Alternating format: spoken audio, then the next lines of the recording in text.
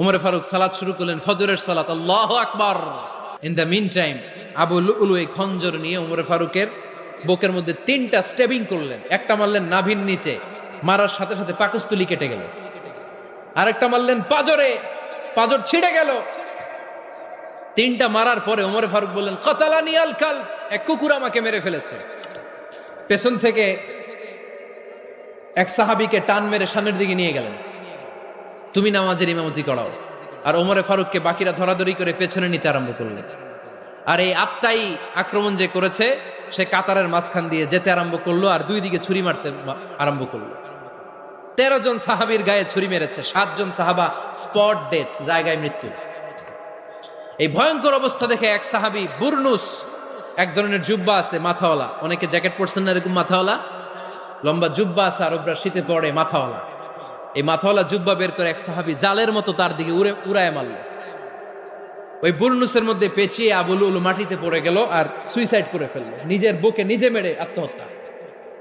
যেই সাহাবীকে ইমামতির জন্য দাঁড় করালেন, উনি ছোট্ট সূরা দিয়ে প্রথম রাকাতে সূরা আল কাউসার, দ্বিতীয় রাকাতে সূরাতুল ইখলাস দিয়ে নামাজ শেষ। উমরে ফারুক বেহুশ। উমরে ফারুক কি? হ্যাঁ, বেহুশ। সবাই কান্নাকাটি করতেছে, সবাই দেখতে গেলেন, এখন হুঁশ ফিরে না। মুখের মধ্যে, মুখ খুলে রাষ্ট্রের চিকিৎসক মুখের মধ্যে দুধ দিলেন, ওই নাভি দিয়ে দুধ বের হয়ে যায়, পাকস্থলী কেটে ওখান দিয়ে দুধ বের হয়ে যাচ্ছে। তারা বললো ওনারে বাঁচানো সম্ভব না, দেখেন হুঁশ ফিরে কিনা। হুঁশ ফিরলে ওনার পরে কে আমির হবে, উনি যেন প্যানেল ঠিক করে দিয়ে যায়। সবাই তাকিয়েছে ওমরে ফারুকের চোখের দিকে। আল্লাহর মেহেরবানিতে ঘন্টা খানিক পরে উনি চোখ খুললেন। চোখ খোলার পরেই বলেন নাই, ও মা আমি মরে যাই। চোখ খোলার পরে উনি বলেন নাই, কে মারলো আমারে। চোখ খোলার পরে উনি বলেন নাই, আমার পরে নেতা কে হবে। চোখ খোলার পরে সর্বপ্রথম কথাটি ছিল, আসল্লান নাস, আমার নেতৃত্বে যে ফজরের নামাজটা শুরু হয়েছিল এটাকে ঠিক মতো তোরা পড়েছিলি? আমার নেতৃত্বে যে ফজরের জামাত শুরু হয়েছিল সেটা ঠিকঠাক মতো সমাপ্ত হয়েছিল কিনা আগে বল। আসল্লান নাস, নামাজটা হয়েছে কিনা বল। সুবহানাল্লাহ বলতে পারলেন না? This is Umar, hour super hero. নেতা অনেকগুলো লাগে না, এরকম নেতা একটাই যথেষ্ট যে গোটা বিশ্বকে কাঁপায় দিতে পারে। চিল্লায় বলো ঠিক কিনা? বিশ্বনবী মক্কায় বসে বসে তাহাজ্জুদের সালাত পড়ে আল্লাহর কাছে দোয়া করলেন, আল্লাহ আল্লাহুম্মা আইজ্জাল ইসলাম বিআহাব্বির রাজুলাইনি ইলাইক। ও আল্লাহ, 2 জন লোকের নাম বলবো, 2 জনের দরকার নেই, এই 2 জনের একজনকে আপনি ইসলামের সুশীতল ছায়া তলে এনে ইসলামকে বিজয় দান করে দেন। মুহূর্তের মধ্যে দোয়াটা কবুল করে নিয়েছে কে? বিশ্বনবী বললেন, আল্লাহ 2 জনের নাম বলবো আজকের দোয়ায়। আবি জাহাল ইবনে হিশাম, হয়তো হিশামের বেটা আবু জাহেলকে আপনি ইসলামের ভিতরে নিয়ে আসেন, কিংবা ওমর ইবনুল খাত্তাব, খাত্তাবের বেটা ওমরকে আপনি ইসলামের ছায়া তলে নিয়ে আসেন। ওমরে ফারুকের জন্য দোয়াটা কবুল করে নিয়েছে কে? মক্কার যে অবস্থা, আল্লাহর হাবিব সাল্লাল্লাহু আলাইহি ওয়াসাল্লাম বুঝলেন মক্কার এই 2 জনের একজন যদি আমার সাথে না থাকে তাহলে মক্কায় দাওয়াতি কাজ চালিয়ে যাওয়া যাবে।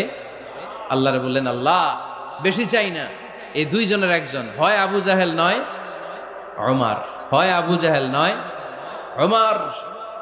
বিশ্বনবী যখন দোয়া করলেন, এই দোয়ার একটা ইমানি ধাক্কা, নুরানি ধাক্কা সাইয়েদনা ওমর ফারুকের হৃদয়কে স্পর্শ করে ফেলল। দোয়া ইজ লাইক এ মিসাইল। এই যে আমরা দোয়া করি, এটা মিসাইলের মতো। যুদ্ধে মিসাইল হামলা করে না? মিসাইল হামলা করার পরে এই মিসাইল লক্ষ্য বস্তুতে যে ভেদ করে, ঠিক কিনা? তেমনি দোয়ার মতো যদি আপনি দোয়া করতে পারেন, আপনি যেই জন্য দোয়া করেছেন ঠিক ওই জায়গায় যে আপনার দোয়া স্পর্শ করে। সুবহানাল্লাহ পড়বেন না?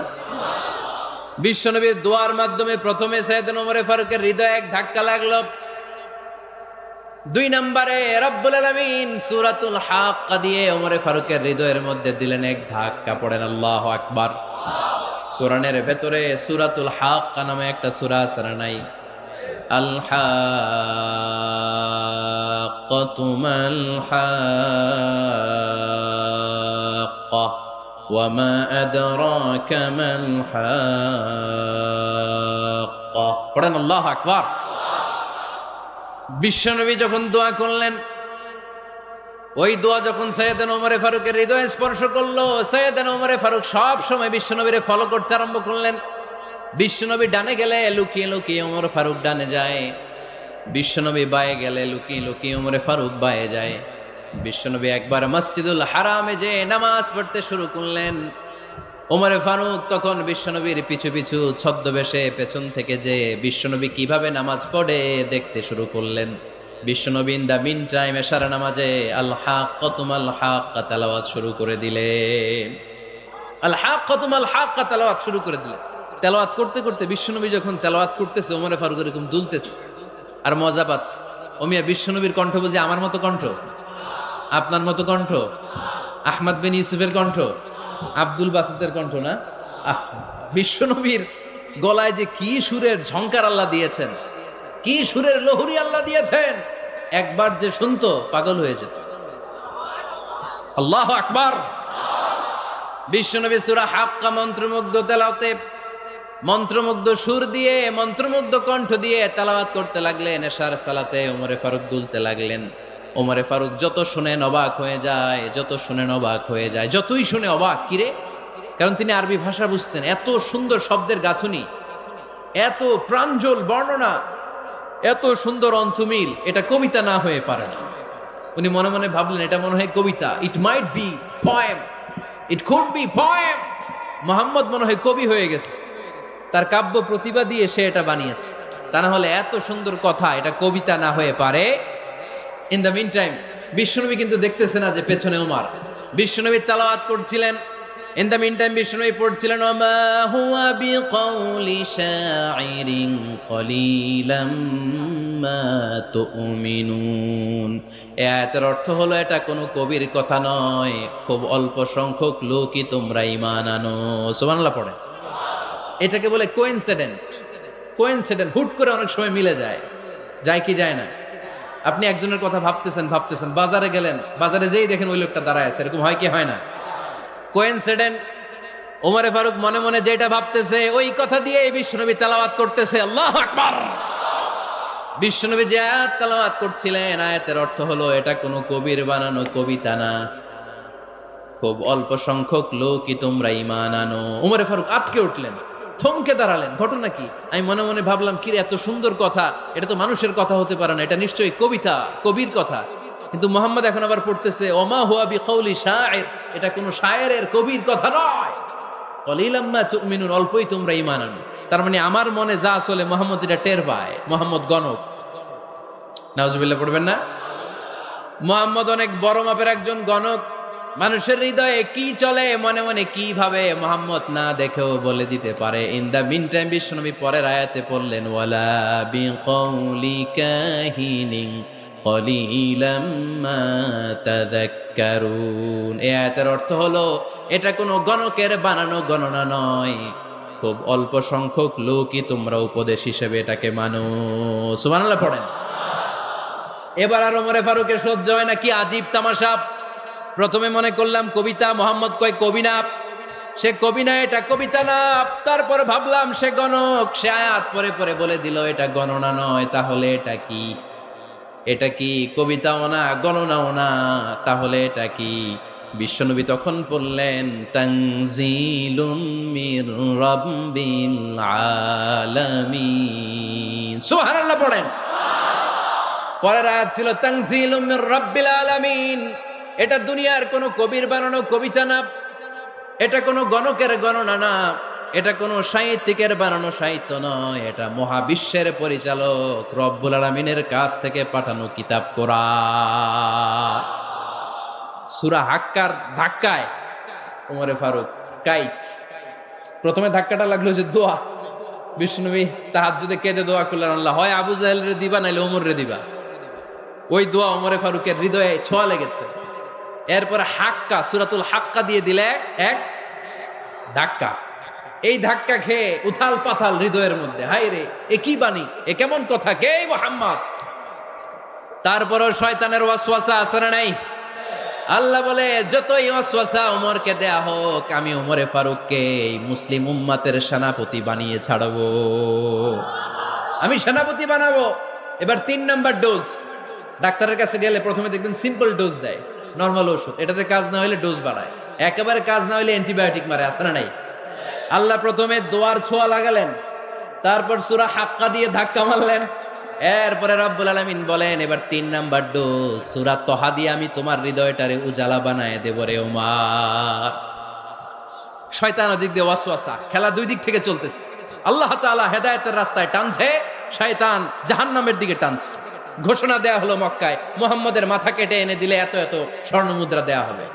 ওমরে ফারুক রাজি হয়ে গেলেন, নাঙ্গা তলোয়ার নিয়ে বিশ্বনবীর মাথা কাটার জন্য ছুটলেন। নাউজুবিল্লাহ পড়বেন না? বনু জাহরা গোত্রের এক লোক বলে, আইনা ইয়া ওমর, কই যাও? মুহাম্মদের মাথা কাটতে যাই। আরে মুহাম্মদের মাথা কাটতে যাও?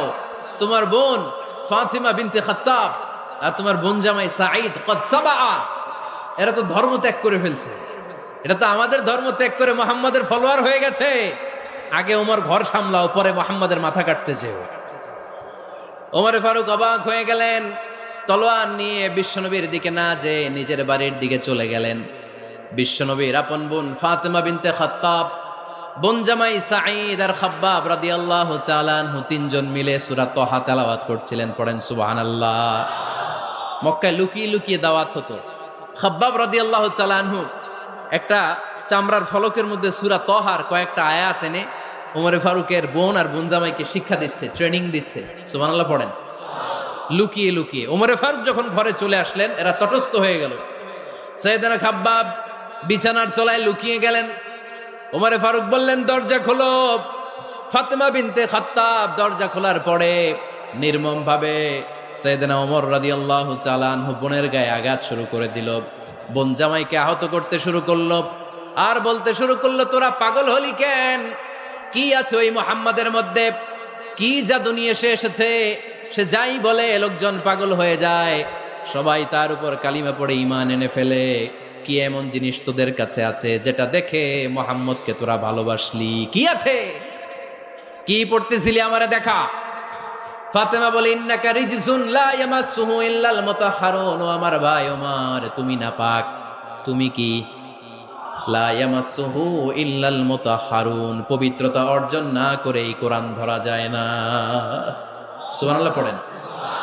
উমরে ফারুক গোসল করে আসলেন, কারণ ধাক্কা তো আগে কয়েকটা খাইছে। কথা বোঝেন নাই বোধহয়?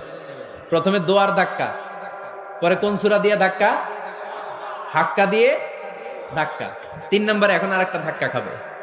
গোসল করে আসলেন। ফাতেমা বিনতে খাত্তাব বললেন, গোসল যখন করে এসেছেন, এই নেন। উমরে ফারুক এবার চামড়ার কাপড়ের মধ্যে সূরা তহার প্রথম আয়াতের দিকে নজর করলেন। নজর করেই কোরআনের প্রেমে পড়ে গেলেন। পড়েন সুবহানাল্লাহ। উমরে ফারুক পড়তে আরম্ভ করলেন, তহা মা আনজালনা আলাইকাল কুরআনা লিতাশকা ইল্লা তাযকিরাতান লিমান ইয়াখশা তানজিলাম মিম্মান খালাকাল আরদা ওয়াস সামাওয়াতিল উলা। সুবহানাল্লাহ পড়েন। উনি পড়তে আরম্ভ করলেন, তহা মা আনজালনা আলাইকাল কুরআনা লিতাশকা, এই কোরআনকে আমি তোমাদের হতভাগ্য জাতি হিসেবে দুনিয়ায় থাকার জন্য পাঠাই নাই। এটা রব্বুল আলামিনের পক্ষ থেকে এসেছে। যারা রবকে ভয় করে তাদের জন্য আছে উপদেশ। যিনি আকাশ বানিয়েছেন, জমিন বানিয়েছেন, ওই আল্লাহ তাআলা নিজেই এই কোরআন পাঠিয়েছে। আওয়াজ করে পড়তে হবে, আল্লাহু আকবার। উনি খুব ভালো আরবি জানতেন। সূরা তহা পড়ার পরে আর ধৈর্য ধারণ করতে পারে না। ওমরে ফারুক ছোট্ট বাচ্চার মতো কান্না শুরু করে দিলেন। আল্লাহু আকবার।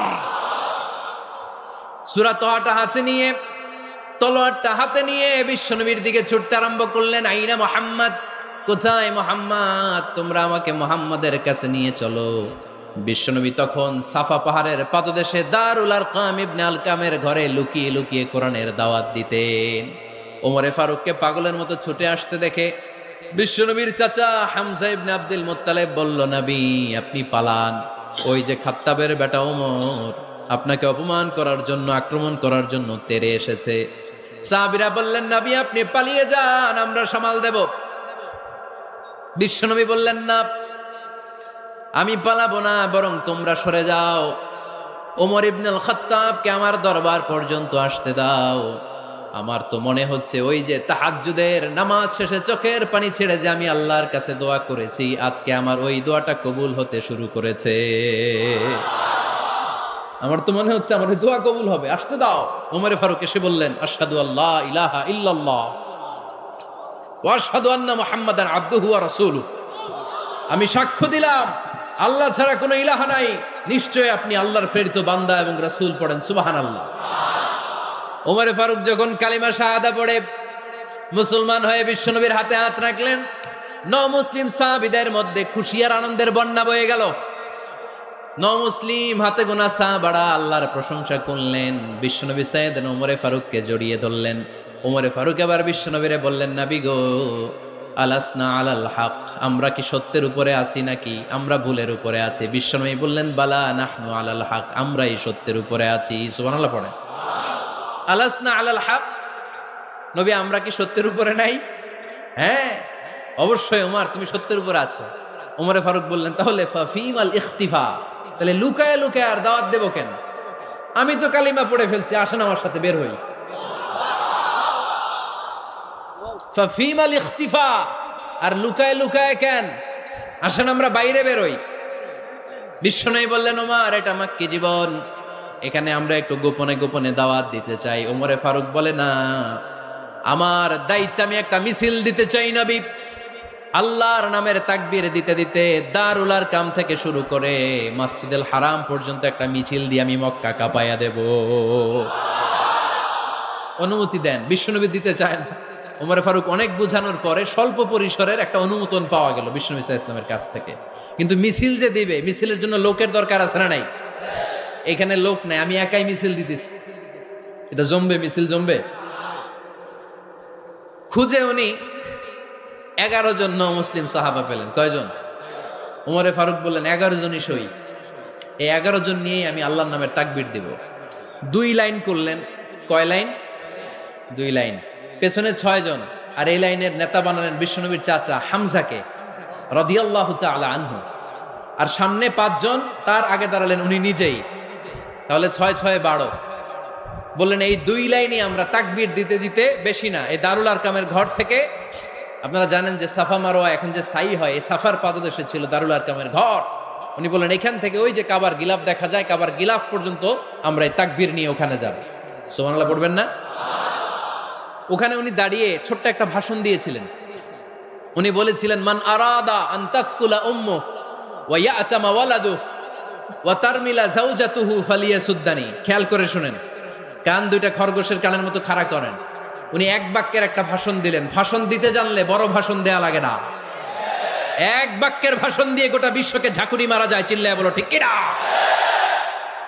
ওমরে ফারুক এক বাক্যের একটা ছোট্ট ভাষণ দিলেন। মান আরাদা আন তাসকুলা উম্মু, কে আছো মায়ের এই মক্কায়, কে আছো মায়ের বুক খালি করতে চাও?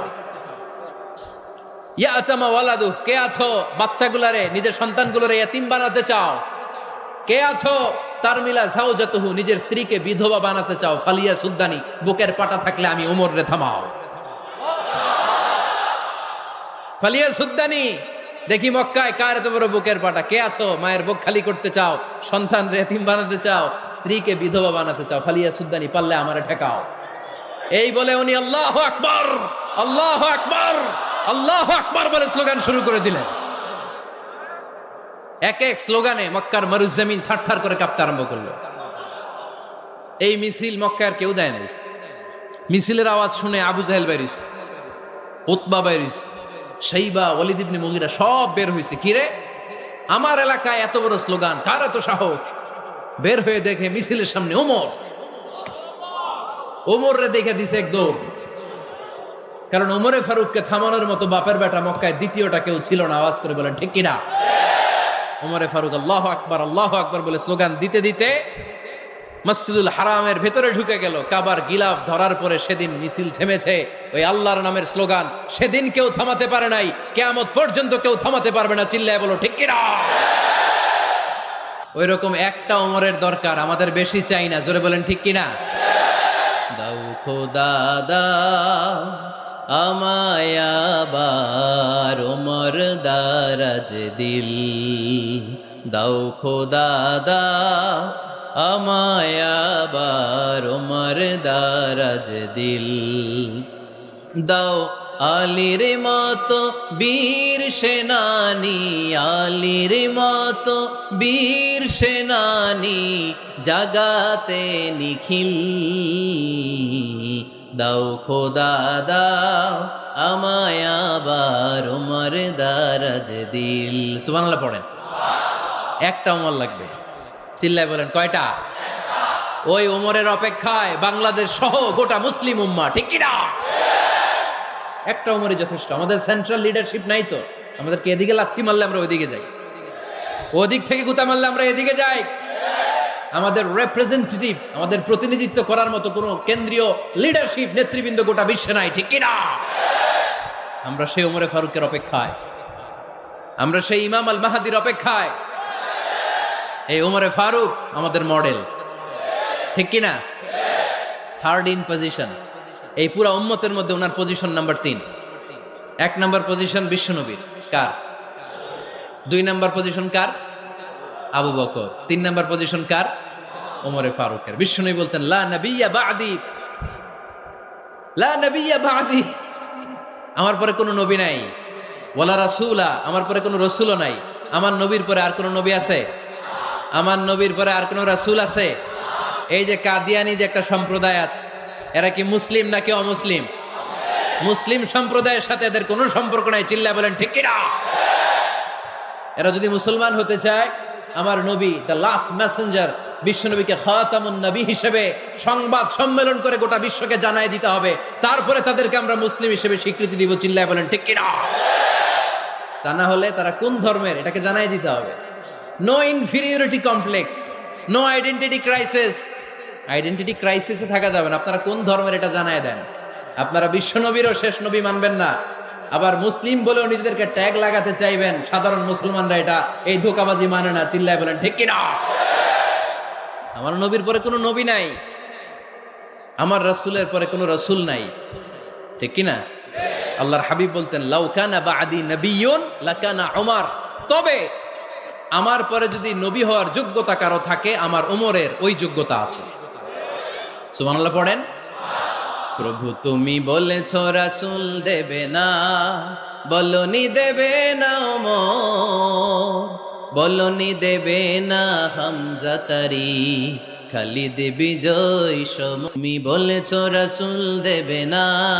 সুবহানাল্লাহ পড়েন। এজন্য আমরা একটা ওমর চাই। কয়টা? বেশি লাগবে? নেতার মতো নেতা কয়টা লাগে? জোরে বলেন কয়টা? Enough, that's enough. ওমরে ফারুক আওয়ার সুপার হিরো। ওনার সাথে বিশ্বনবী সাল্লাল্লাহু আলাইহি ইসলামের মোসাহারার সম্পর্ক ছিল। ওমরে ফারুক যে বিশ্বনবীর শ্বশুর, এটা অনেকে জানেই না। ওমরে ফারুক রাদিয়াল্লাহু তাআলা আনহু বিশ্বনবীর শ্বশুর ছিলেন, এটা আজকে নতুন শুনছেন। কে কে হাত তোলেন? দেখছেন হুজুর? সঠিক বলছি না আমি? অনেকে আমরা জানি না। মাশাআল্লাহ, জানতে লজ্জা নাই, শিখতে লজ্জা নাই। লজ্জা হচ্ছে অজ্ঞতায় আর মূর্খতায়, ঠিক কি না? আমরা শিখতে রাজি আছি। যে কথা বলে আমরা তার ছাত্র। আমার আগে হুজুর কথা বলতেছিলেন, আমরা ছিলাম ছাত্র। এখন আমি কথা বলতেছি, এখন আমরা সবাই হয়ে গেছি ছাত্র, ঠিক কি না?